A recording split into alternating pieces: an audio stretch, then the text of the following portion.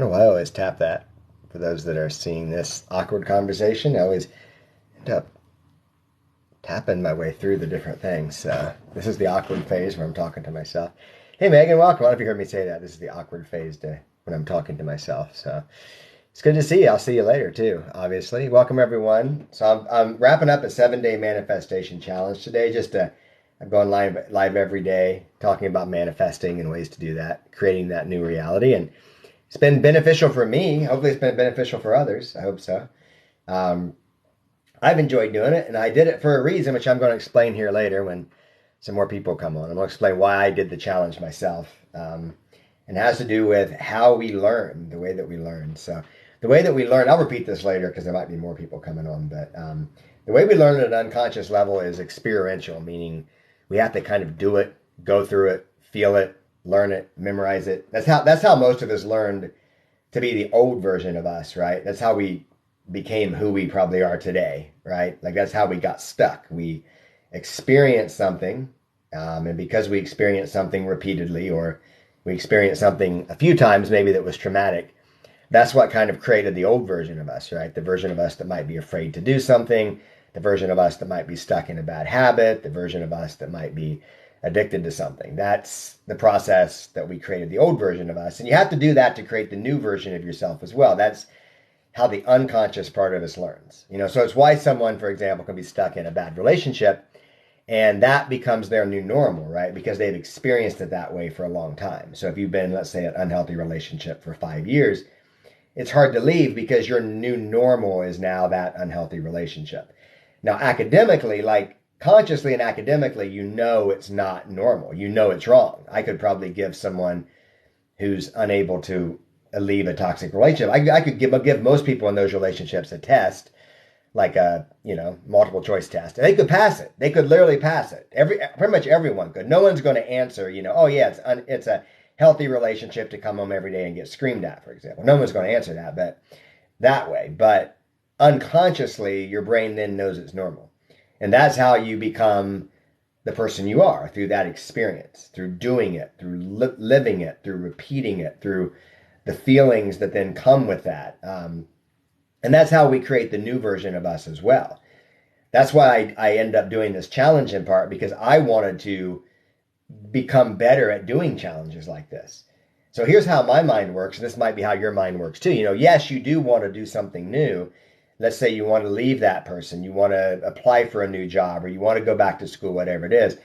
Yeah, you're entertaining it, but then your brain is going to be like, no, don't do it. That's a great idea, but put it off for a year. Put it off until this time. And then your brain is going to tell you like the 15 reasons why you can't do it, right? That's because the experience that you're used to is that old experience. You've essentially memorized what it means to be the old version of you because you've repeated it so much. So part of becoming the new you is you have to step into the role of being that new you. That's the way you get out of the role of being the old you. I know that may sound strange, but it's kind of how you learn how to ride a bicycle, right? And I use the example, hey, Phoenix, welcome. It's been a while. It's good to see you. I use the example of riding a bicycle. Like riding a unicycle would be very hard for me. But riding a bicycle is easy because I've done it before, especially when I was a kid. I learned how to do it when I was young. I practiced it, fell off, had training wheels, got back on, to the point now it's just normal for me. I can hop on a bicycle and ride it, right? But a unicycle would be almost impossible for me to ride right now. I couldn't just pick it up and ride it. I would probably fall off a lot. I would have to learn how to do it. I don't know. Do you have training wheels for unicycle? I don't know. Maybe I don't know enough about it even to know that, right? But the more I practiced it, the more I learned it, the more I did it, the unicycle experience would probably become normal for me eventually too, right? And that's how the new version of us happens, right? When we first go to do something, your brain's not going to want to do it. You're going to be awkward. You're going to have trouble doing it. But the more you show up that way, the more that's going to become normal. And the more you show up that way, then the more your life's going to change. The more your life is going to change based on that. Well, I'm doing great, Phoenix. I'm doing great. It's been a good summer so far for me. Hopefully you're doing well. I've been on TikTok live every day this week. I've been on at noon. I'm not sure what time that is at your time, but I've been on at noon every day doing this challenge. It's been fun and it's been great. So I've been talking about manifestation, which just means coming up with something that you want to bring into your life and then changing something to bring that into your life. That's what manifestation is. So it's been a great week for me. I've had a lot of viewers on here. Hopefully, it's been a great week for those that have been watching it. In my new book, I do talk about the principle is acting as if, showing up as the person that would attract the thing in your life that you want. So right now, in some capacity, even literally right this second as you're watching this, showing up a different way will change your life. That's kind of what I figured, Phoenix. It's kind of late, yes. Even right now, as people are watching this video, I always say that, and I'm not saying this to promote myself, but I'm saying is people have a choice right now what they can watch, what they are putting in front of their eyes, right? There are plenty of things right now that people are putting in front of their eyes that are making them feel sad, scared, anxious, upset, angry, rage-filled, and there's also things you can be putting in front of your eyes right now that are going to make you feel happy, excited, motivated, ready to start a business, ready to exercise, ready to meet someone healthy, right? Even now, in this very moment. And that's why in my book, I essentially boil down manifestation to this principle. It is about changing your internal reality and then showing up differently out there based on your internal reality and then doing that in as many present moments as possible. So showing up in as many moments as you can. Now, what our brain's going to do when it comes time to do this, our brain's going to say, what's the point in doing it? Like, I'll just wait, right? Why? I'm like, I don't need to change now, or it doesn't matter. Like, right, what I do now means nothing. Like, it doesn't matter. Like, I don't have to do anything now. Let's say you want a healthy partner. I don't do anything now because I'm not around people to meet, right? So it doesn't matter what I do right now. But see, that's the trick of your brain, because right now you may be watching, hopefully not now, because that's not what you're watching here, but the now moment that you have, it might be watching content that's making you hate every type of person that you would want to attract, right? Like, if you're watching all men suck, all women suck videos all day, well, of course you're not going to meet a great man or a great woman because you think they suck. You're watching videos all day that tell you that. Like, we often think that stuff doesn't matter, but it does matter.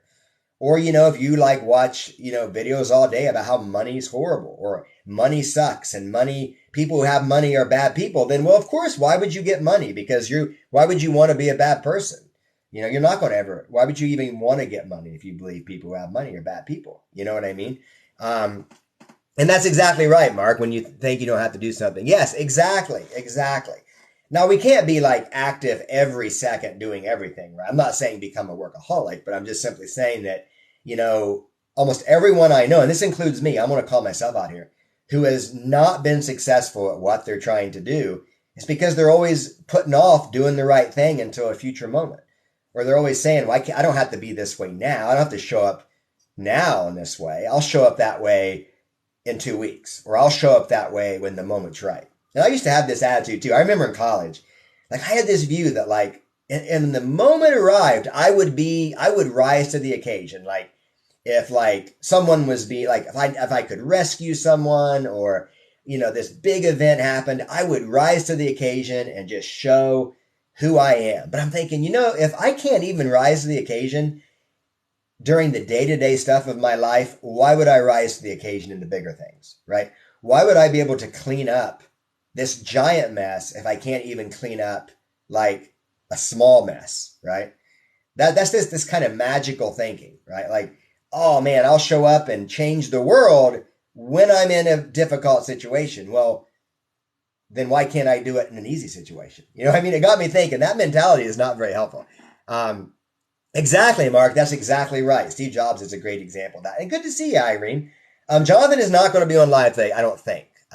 I've been doing this alone because I have my background, but I will probably see Jonathan tonight, depending on the situation. It's there's a 4th of July kind of thing going on tonight, so I might see him. I was thinking about broadcasting live from that event, but the real heart of that thing doesn't start till like later tonight when it gets dark. So hopefully, fingers crossed, the storms don't happen and I can see that. Well, manifestation's a lie, huh, user? So the idea that you can change something in the present, and by doing that, different things come into your life. You're saying that's a lie. I find that fascinating.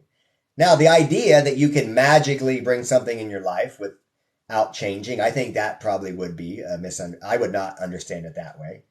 But as I define it, I don't see how that would be considered a lie, right? The idea of that if you change how you show up, things are going to change in your life. That's how I believe it. That's what I mean by that. Like, so a good example would be a lot of people spend time on the internet arguing all day or wasting their time. Like, I'll be honest, someone was joking around, and I think they were making light of it, but this professor asked his students to look at their like phone usage time each day, and some of them had like 12 hours of screen time, 12 hours.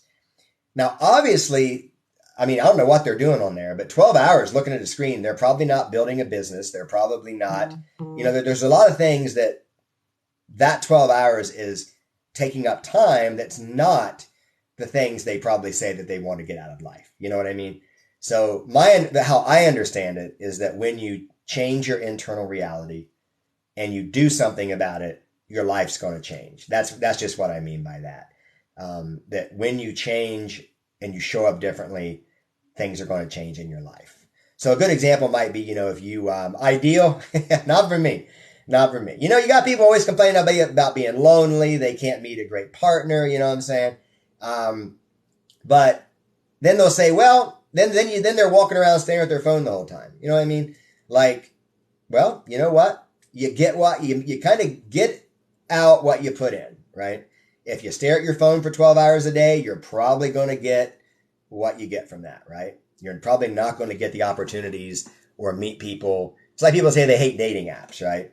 But they spend hours a day on dating apps. Well, if you spend hours a day doing something you hate, doing something that's not working for you, and that time is spent specifically not engaging real world people, then you know what? I have an idea of what you're going to get out of life, probably. Well, welcome, Power and Grace, and good for you. I'm glad to hear that. You're on a new path. I'm sorry about losing everything, but reinventing yourself and redirecting yourself can be a good thing. In some cases, I think, again, I'm not saying it was good that you lost everything, but a lot of people could probably benefit from losing a lot of things in their life. And that sounds horrible in some ways, but if someone hates their life, and I'm not saying this was you at all, I'm just using this as an example. But if someone says that like their life is a total mess, their relationship sucks, their job sucks, they're not happy, if every aspect of their life is not where they want it to be, then in some ways, a reinvention is actually what's needed, right? Like if the word disruption, a lot of people consider it negative. I consider disruption actually a positive thing. If your life's not where you want it to be, because you're never going to make gradual little tiny changes, right? In a situation that needs a sledgehammer taken to it, right? That's kind of how I look at it. So again, if you're like 90% of where you want to be, then yeah, take those little steps. Take a little chisel to it, right? If you're like 90% there, but if you're like 10% where you want to be, then you might need a sledgehammer. And my life kind of needed a sledgehammer. I'll be honest. My life needed a sledgehammer. It did. And I'm glad. There are things that happened in my life that were very difficult, but I'm grateful for them because I would not be here right now talking to all of you if some of those things had not happened. Honestly, I'm glad there was a major breakdown in certain areas of my life. Yeah, and my girlfriend's speaking to that too. I don't want to get into too much details because it's personal, but her like living spaces flooding was absolutely a message from the universe. I believe that. It was that push that was needed for her to clean a lot of bad things out of her life. It absolutely was.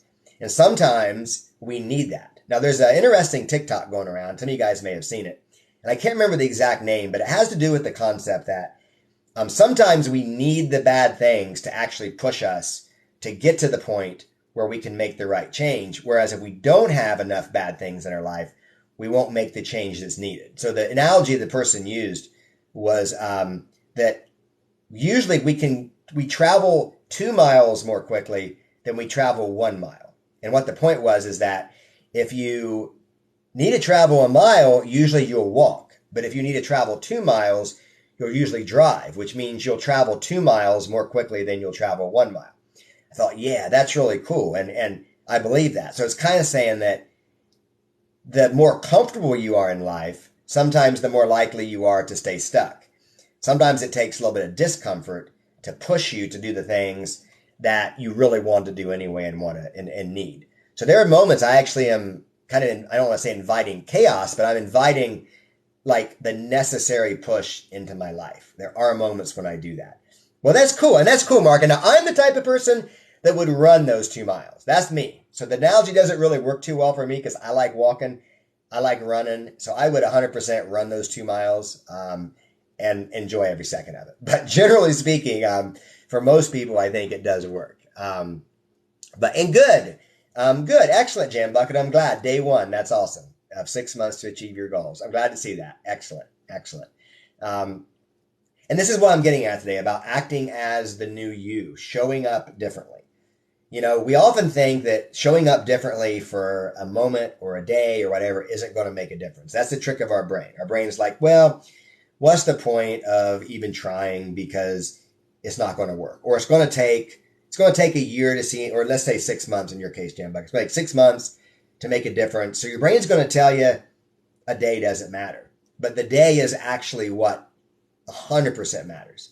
It's that day, it's that minute, it's that hour, it's that showing up differently on a moment by moment basis that matters. Let me give you a good example. So, I use stevia in my coffee rather than sugar because I don't like eating sugar, and I was 50 pounds heavier at one point, so I don't want to gain that weight back, right?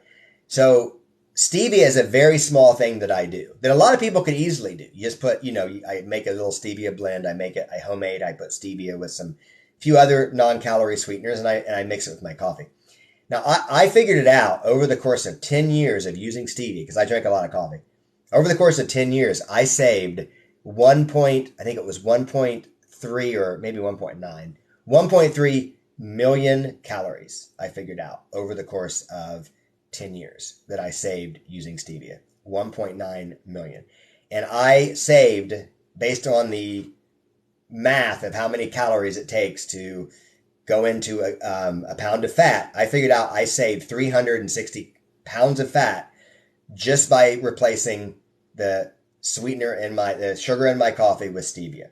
Now, obviously, there's other factors in there, obviously, like exercise, changing other food. But a lot of people would say, that makes no difference. Like someone that's, let's say, 100 pounds overweight right now and really wants to lose it, their brain's going to tell them stevia for coffee. It's not a big deal. You gotta replace every meal with rice cakes. You gotta, work out. You gotta run 6 miles a day. Now, those are all good. Not the rice cakes thing, but running a lot, that's fine. Running's great. It's healthy. Sacrificing calories other areas, great too. But if that person literally, all things equal, just replaced the sugar in their coffee with stevia, over the course of a couple years, they probably would have lost a good chunk of that weight. But your brain is going to tell you, doesn't matter. It's not a big thing. You got to go all out. You got to try hard. You got to burn yourself out. Now, again, I'm not against any of those things. But that one little change, if done consistently enough, would change someone's life over the course of a year. It absolutely would. Even giving up a pop a day is 150 calories a day. Even that alone, I'm pretty sure I read, would result in, if you do the math, like 10 pounds in a year. So it's just pretty crazy when you think about it. That's why I'm saying it's so important to show up, even in the small moments, what I say it is, show up as the new you in as many present moments as possible, as many as possible. I kind of look at it like if you're looking at like time as like a grid, and imagine like, this might sound a little complicated, but imagine like the points of time are on a big piece of paper, right? There's little dots that represent each point in time, right? And imagine like how you show up in that moment, and every moment is like a heat map on that piece of paper. So the more you show up a certain way, the more deep and expansive that heat map is on that piece of paper. That's going to determine your reality. So the good example is like a famous actor. I promise you that if you were to map out their points of time, they show up as an actor a lot. They have probably auditioned a lot. They have probably moved to LA to find work. They have shown up and been in lousy, low-paying commercials, and they're probably working, when they're making a movie, 16-hour days just to make that movie. They are showing up as an actor very consistently, which is why they're probably a famous actor, right? And they probably act a lot. Someone who takes a class on acting and really, really wants to act, if you look at that grid, tiny, very tiny, they're showing up as an actor, right? Or someone that says, I want to be rich, right? But like a business owner who's working 60 hours a week, learning about money, like spending their time networking, you look at their grid, big time showing up as wanting money, right? But someone that just says, I'm tired of being poor, I don't want to learn about money, I don't care about money, I'm procrastinating doing any work, I'm just going to, scroll all day. Again, look at that grid, tiny, tiny showing up just slightly probably as interested in money. Well, thanks, Jam Bucket. I appreciate that. And I'm the same way with sugar. I try to avoid sugar very, very, very, very radically. I do. Sugar does not make me feel very good. And once I have like a little bit of sugar, I want a lot of sugar is how my brain works. So I know it's best if I don't. Hey, welcome, Deb. Good to see you. Let me see your comment there, Morgan. Welcome, by the way. Let's see. Our hot and cold communication. I can't get him to conform. What do you mean by conform exactly? Like change so you can communicate better? Is that what you're saying? Now, one of the things I will say is that unfortunately we can't show up on behalf of others. Now, it would be nice if we could, but the only change we can make is internal change, unfortunately. Where he fully comes back. I see what you're saying. Unfortunately, that's the problem is like we can't show up on behalf of others. That's the thing, and in some cases, people just might not be to the point where they're even able to, show up themselves the way that we want to, and you're saying, I guess I'm kind of confused. I'm kind of confused at what you're saying just a little bit to the point where he fully comes back. You mean like coming back to being like fully, like invested in the relationship to where he's like hot in the relationship, you might say, like he's communicating, he's emotionally present, that sort of thing. I see. Yes, unfortunately, we all have different kind of internal realities and we have different ways of viewing things. Sometimes it's hard to not only understand what's going on inside someone's head, but to understand why they're not even motivated to do what they do. So I don't know what strategies you've tried, but it just may be that unfortunately he may not at this point be capable of doing that. Unfortunately, now, I'm not saying that to, present bad news, but to say that once you understand that, then maybe you're free to move forward based on that, right? Because, if you understand, like as a hypnotist, I, break the mind down into the unconscious and the conscious. And the conscious mind is like what you verbalize, what you say. So like I might say, yeah, I want to improve my communication. But the unconscious mind is motivated by all kinds of different things. So, it could be, who knows, maybe he's depressed. Maybe he's not really that interested in improving the relationship at some level. Maybe, again, I'm just speculating. Maybe video games excite him way more than your relationship. Maybe that's true at an unconscious level. Or maybe something else excites him more. Maybe he'd much rather scroll or whatever. I don't know what it is. But at an unconscious level, a lot of us are not motivated to do the things that we say we're motivated to do, right? Like someone that says, they might verbalize, I really want to lose weight. But unconsciously, they really like those Skittles that they eat before bed. Unconsciously, they really like coming home from work and sitting on the couch rather than going to the gym. And I'm not saying, again, we all struggle with this. But once you accept that and realize that a big part of you might not be on board with that, then you can start to really, I think, understand that what people are really motivated to do might be different than what they say they're motivated to do. Interesting, Deb. So I saw you, is her name. Your first comment may have gotten auto-moderated or something because it didn't show up. I did see the follow-up comment, though. Barbara O'Neill's her name. Book is called Self-Heal by Design. And I will look that up. I'm going to make a note of that. Let me see here, Self-Heal by Design. I do have a computer in front of me, so where I do type things occasionally. Let me check it out. By Design. I will remind myself to look that up later. This is the price of success. Am I willing to pay it? Is what I said. Yes, and I do agree with that, Jam Bucket. I like that. And, we pay the price of our bad habits all the time, don't we? I realized that the other day when I was making a TikTok, that when it comes time to spend money or any price, I know we're not talking about literal price here, but even with financially, our brain rarely says we don't have enough money or time or motivation to do the things that we're stuck in when you think about it. Like, I've worked with some clients, for example, before who have told me they don't have the money to get better. They don't have the money to spend to getting better. But when it comes time to buy cigarettes, they have all the money in the world. When it comes time to send their toxic partner hundreds of dollars to cover their criminal expenses, to cover for them not working, they have loads of money, right? And it just shows you that oftentimes our brain's going to tell us we won't pay the price to get better, but we will always pay the price to stay addicted. We will always pay the price when it comes to stay addicted, unfortunately. Our brain will. Well, that's true, Mark. I mean, honestly, when you look at it, we always have the time, energy, and money to stay stuck in our addiction. I have never heard someone say, I don't have time to do my bad habit today. I'm going to give it up. But when it comes time to exercise, see your friends, get to marriage counseling, whatever it is, there's never time, right? There's never time. But there's always time, energy, and money for our addictions. There's always time, energy, and money for our bad habits. There's always time, energy, and money for the things that keep us stuck. In fact, I'll let you know a little secret here. Probably shouldn't be revealing this. But when I work with potential clients, that's something I focus on. I want to see where they're spending their time, their energy, and their money. And if they are not spending hardly any time, energy, or money in making a change, I typically will not work with them because the motivation just isn't there yet. It's just not there yet. So if someone is spending hundreds of dollars maintaining their toxic relationship, spending hours of their day covering for someone toxic, or super motivated, the second that their toxic ex messages them, they're messaging them back.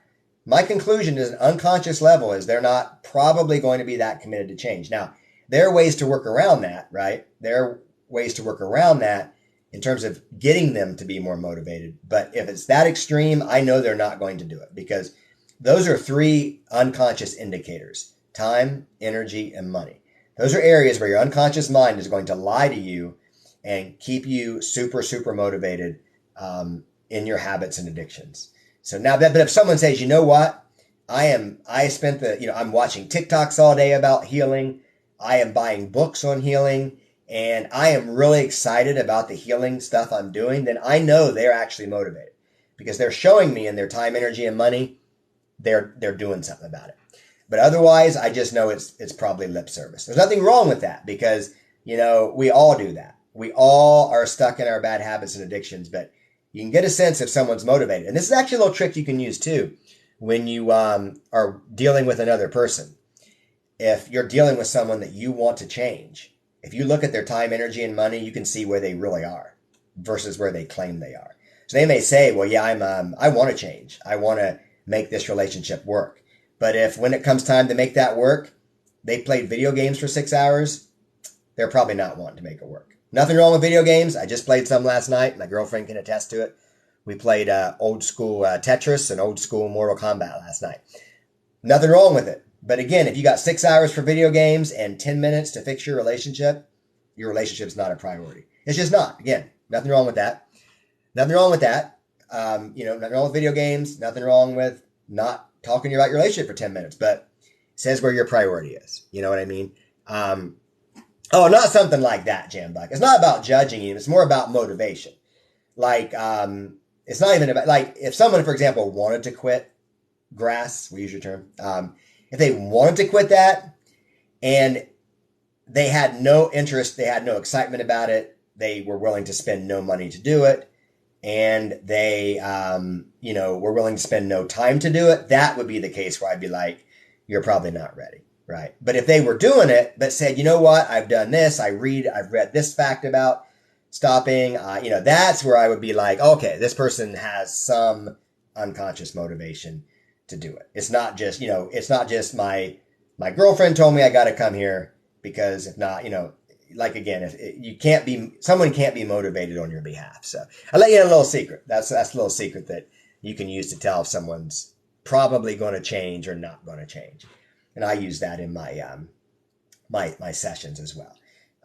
So it's also, you can reverse engineer that too. You can say, okay, maybe I need to be a little more, maybe I need a little bit more invested in the positive things I'm doing. Maybe I need a little bit more time in the things I'm doing. And that gets back to kind of what I'm talking about today. Acting as the new you. That's the topic today. Acting as the new you. You got to show up as the new version of yourself in as many moments as possible. So I mentioned that in my new book. If you are interested in something to read, I have a new book, The Art of Hypnotic Manifestation. Just released it on Amazon Kindle. It's just on Kindle at the moment, but it'll be on paperback soon. But I talk about all this stuff. There's actually the main segment of the book is actually about acting as if you are the new you. Like changing how you show up in the most moments possible is how you become the new version of you, how you manifest new things. And to me, it's the only thing that makes logical sense if you're trying to manifest. It's the only thing that makes sense.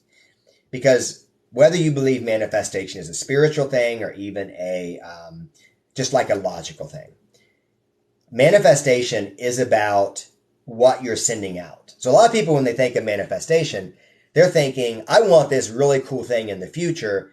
I'm going to focus on that really cool thing. But that's no guru in manifestation or anyone ever says that. It's about what you send out is what you get. That's manifestation, right? What you send out is what you get.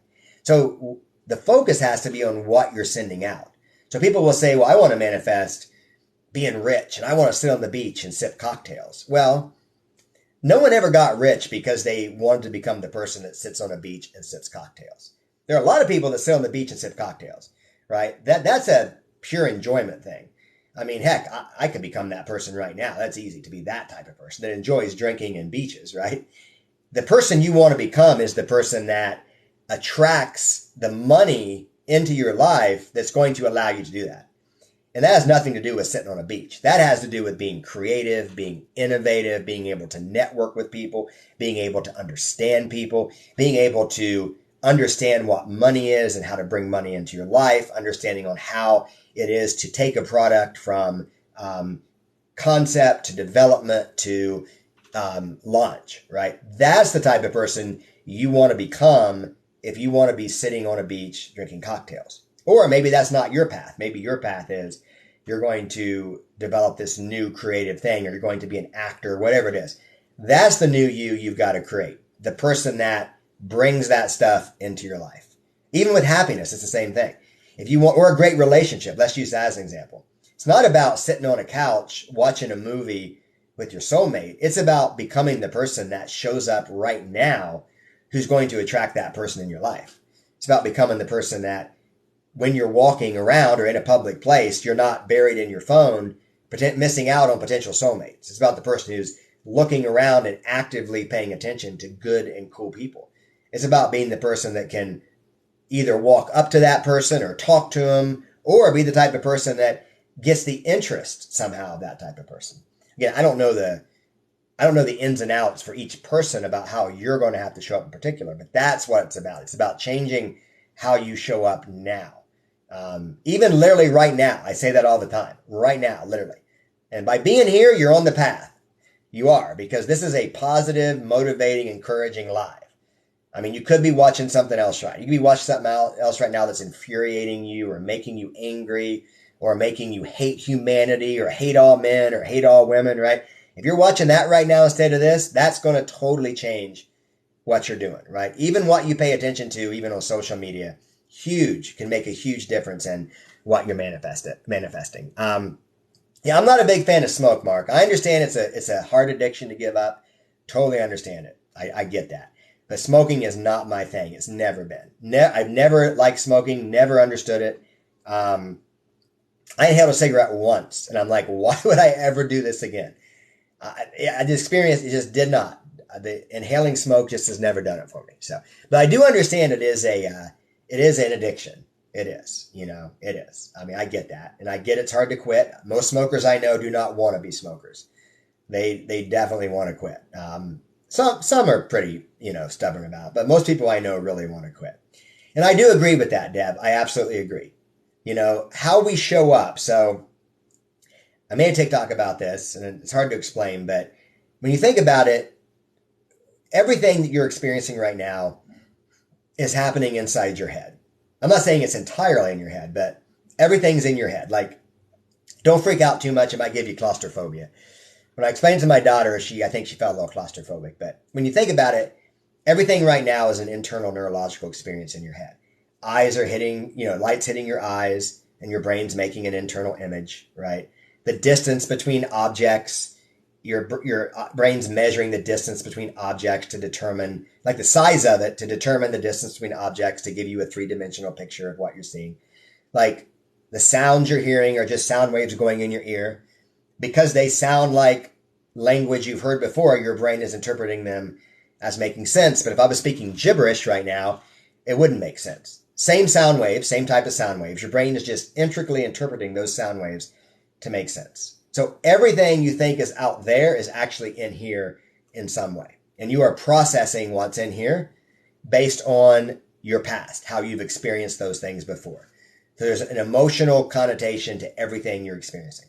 So, for example, let me give you an example of that. If I looked like someone's ex right now, it might be triggering a stress response in your body. If I look like someone you hate, if I look like someone you maybe know, or I talk like someone that you've heard before that you like, you're probably going to be more intrigued and want to listen to it because of that. And this happens all day. So everyone we're even encountering is an internal neurological representation that you are kind of creating based on your internal reality. So you don't see me the way I see me at all. You might have a perception of me that is way off from how I see me. Even how I present as being might not be how I really am inside. So we all have different pictures of each other. So the versions we have of even people close to us are not even close to how people see themselves, right? So this is why how we show up is so important. Because we have the ability, depending on how intentional we are, to change how others perceive us, right? We can change how others perceive us through communication, through how we show up, through our attitude, through body language, right? We have the ability to do that because who we are to other people is just internal representations, right? And we have the ability to change that by how we show up. And it's kind of amazing because, hey, welcome, Ken. Good to see you. Always good to see you on here. Now think about it. So I had this, I did an experiment. I had this kind of thought experiment. I was like, when I show up after a business meeting and show up dressed really nice, I can walk into a place and feel really good about myself. And I notice when I do, people tend to like glance over, almost like with a look of respect. Because I think when you dress nice, people are like, oh yeah, it looks put together and I feel better. My first thought was, well, I need to come from business meetings more often. And then I thought, well, wait a minute. I can dress like that anytime. I don't have to show up from a business meeting to dress like that. That's my internal limitation. I can show up that way anytime I want. I can dress that way every day. I can walk into a coffee shop at 4 p.m, dress like that because I choose to dress like that, right? And that's just an example of how we can show up differently in circumstances, right? I will walk into, for example, some events and be very comfortable. Just very comfortable because my brain interprets that scenario as comfortable. So I'm talking to people, I'm at ease, the conversation just flows. But in another circumstance, my brain might tell me, oh, wait, in this context, you can't be friendly, you can't be outgoing, you can't make easy conversation, but why not? Why not? If my brain gets rid of the conditions, then I can change my behavior. Because it's still my internal reality that's making those conditions. Those conditions aren't any more real than anything else. They're just something created by my internal reality. So my internal reality says I only dress nice when I go to business events, and I can only go to a place in public dress this way after a business event. But that's entirely in my head. That has nothing to do with reality. I can dress like that and act like that anytime I want. Right? And that's an example of acting as the new you. You can show up as the new you at any time. You can. It is in your ability. Now, it might be harder at times if you're, our past comes out a lot through trauma responses, stress responses, automatic thoughts, automatic sensations, automatic habits. I'm not saying it's as simple as waving a magic wand, but we are able to show up as the new you in all kinds of circumstances, right? The new versions of us. And that's exactly right, Deb. That's exactly right. People do that. Now, I think now this gets into deeper issues like the ego and everything like that. I don't think showing up as perfect on social media and pretending that's who you are is a good thing. I don't think that's good. I think that is a recipe for like disaster in many ways. But it does show that the narrative that we have about others is deeply shaped by how they present themselves, right? And we can take advantage of that for ourselves. We can show up differently. You know, if you walk into a room with confidence and you're pretending, everyone around you thinks you're walking in because you are confident when you think about that, right? Think about that. Again, let me repeat that. If you walk into a room with confidence, even though you're not totally feeling it, no one else knows you're not totally feeling it, as long as you're showing up that way. Well, good. I'm glad to see that, King. I'm glad to see that. Oh, the overnight. You mean like when I did the gratitude thing, Roy? Is that what you're talking about? When I expressed extreme gratitude that night? Is that what you're talking about? So I think that's what he's talking about, maybe. When I was, it was an old business I was running, and you know, it wasn't succeeding too much. And right before bed one night, I'm like, you know, I was like, there's not much to be grateful for about this, and I was getting frustrated. But I said, before bed, I'm going to just literally fall asleep, listing everything I'm grateful for about that business, literally everything. Like, I started to realize, you know what? I actually had a lot of successes in that business. I actually met a lot of famous people. I was on TV. I was on the radio.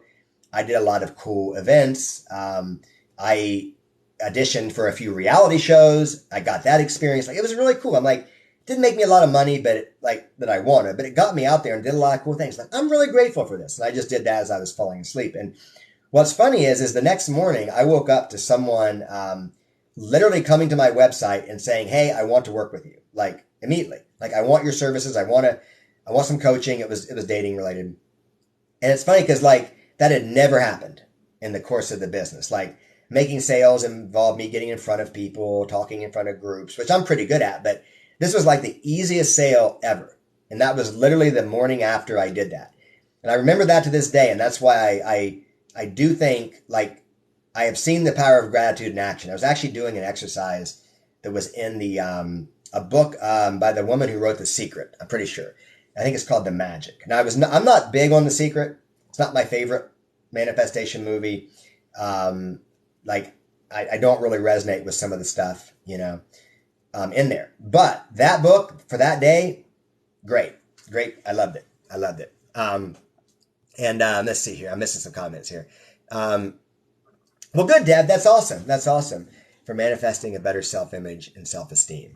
That's a good question, Angie. And by the way, if anyone's interested in learning about what I do, you can go to my bio. I do work with clients directly. I also just released a new book on manifesting. So a lot of the deeper answers for what I'm talking about there in that book. In fact, a lot of the book that's why I ended on this because this is the thrust of the book. It's about showing up differently.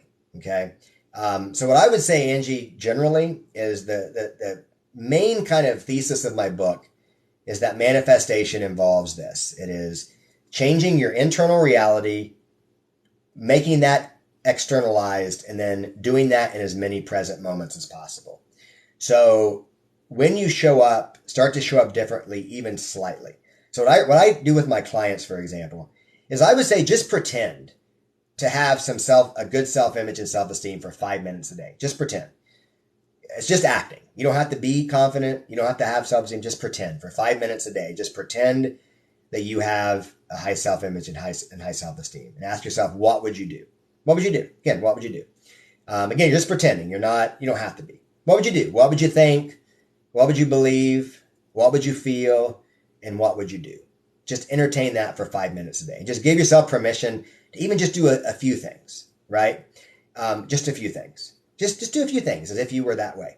Now, what you'll find is eventually, the more you do that more often, you'll realize it is becoming you.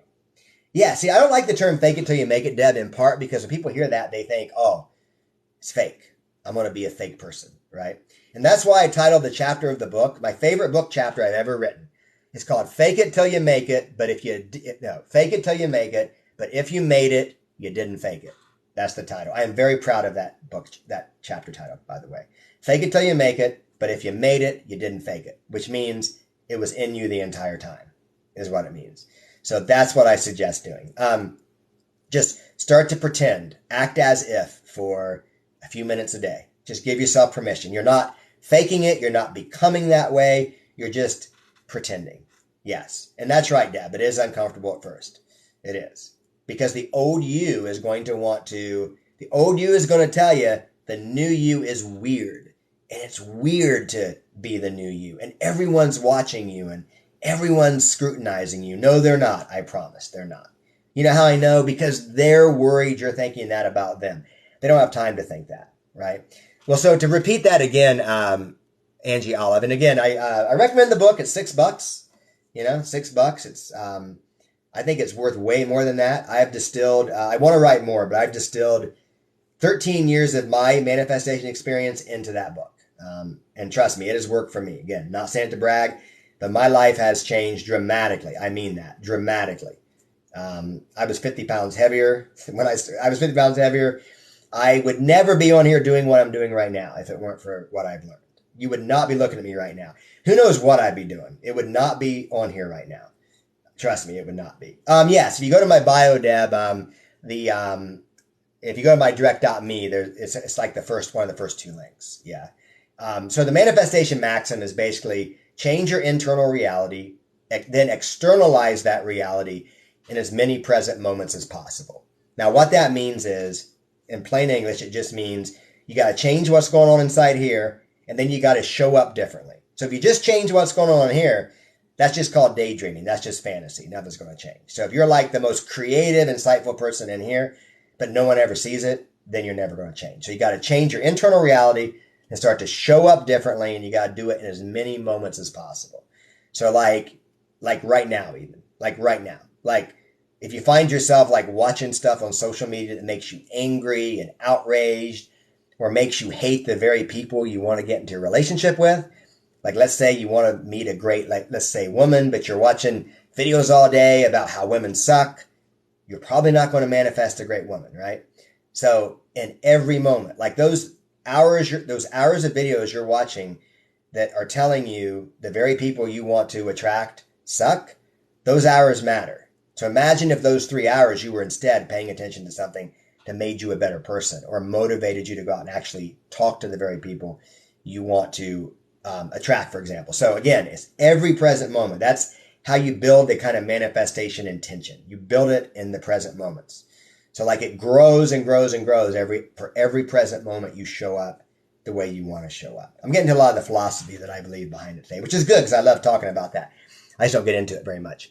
The most shocking thing, wow, that's interesting. So I would say moving to the town I'm in right now, and I tell that story in my book, actually. So the town I'm in right now is in a great location. Like it's close to my family, but not too close. It is near a major city, but not like so close that I have to deal with the issues of the city, right? It is like near, and it's like big enough that it has a lot, but it's close to the country, so I can go out and hike. Perfect. So when I first started manifesting, I'm like, I really want to move to this town. And I lived an hour and about 10 minutes away at the time. And I was sitting in town with my good friend Josh Wagner, who's, some of you guys know him. He was on here. He was actually on here when I was telling this story the other day, which is fascinating. I was sitting at the Starbucks in this town because I was visiting. And I said, I just want to move here. I'm going to manifest moving here. That's going to be my intention. Now you may say, oh yeah, it's easy. You just move to a town. But at the time, the job that I was working, okay, I was a teacher at a private school and I taught a subject that is a very narrow subject. And in this county where I live, there were 2 available jobs in the entire county that I could get. 2. Because it was like a niche teaching position that had to be at a private school. So we're talking in a county of 100 and probably 10,000 people.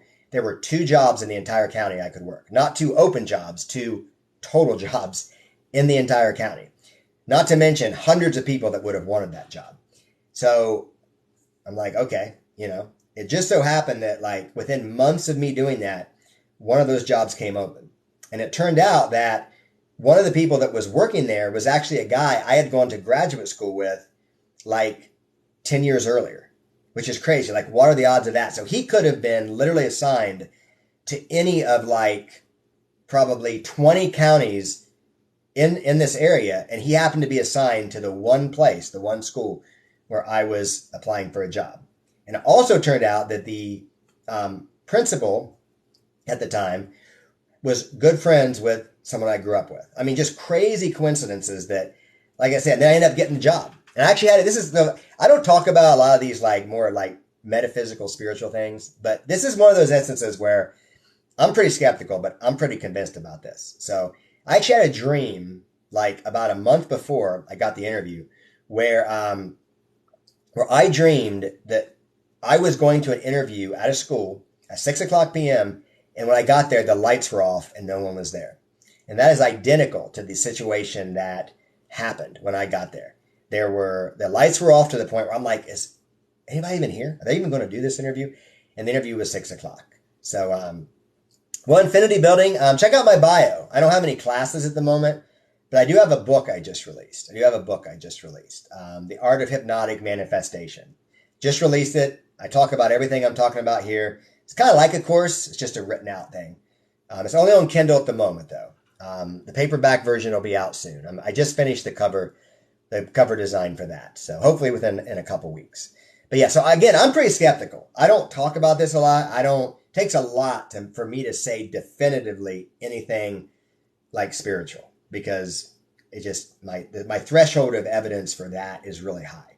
But in this case, well, these days that's good with gasoline prices being so high there. That's good. I wish I could manifest some.